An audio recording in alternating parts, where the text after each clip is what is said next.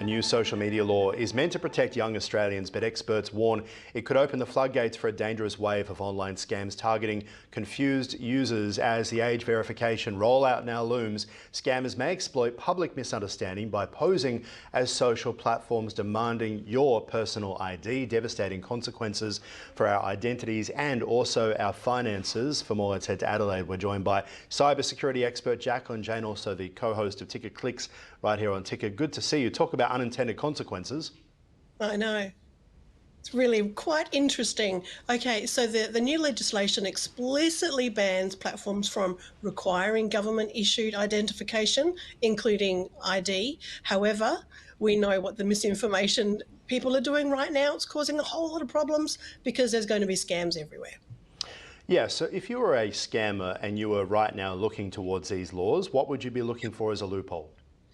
Well, they are incredibly opportunistic, and I've mentioned this time and time again. Anything that happens, any grey area, any loophole, any opportunity to take advantage of us as humans, the cyber criminals, the scammers will actually take advantage as soon as they can. So they're already doing it in the UK because these laws have already been rolling out over there.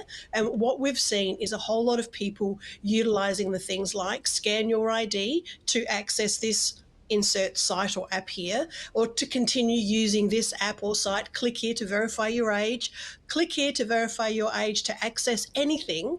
And this one really frustrated me. Your account will be closed unless you verify your age. Please click here. And that could come in via SMS or email. It is terrifying what the potential will be here for Australians and everyone else in the world.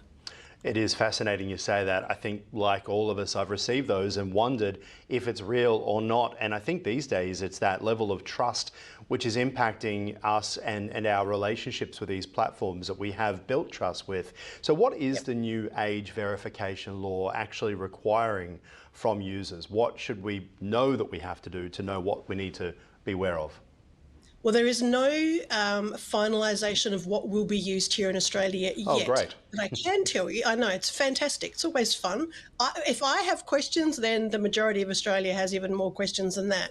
So what I know is they're looking at facial recognition technology, which will, using your camera, scan your face and guess your age. Now, I don't know about you, Aaron, but it could be multiple different ages for me. If you catch me in the morning or you catch me going out for dinner all dressed up, geez, it's going to be different ages.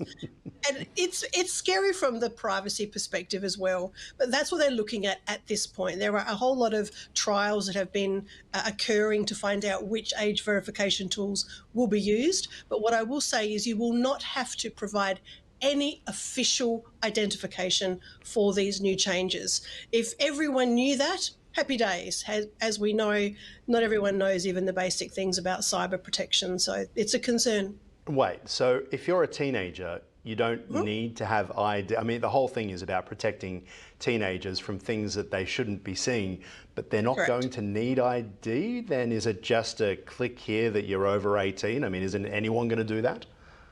Well, you know as much as I do about that. Yeah.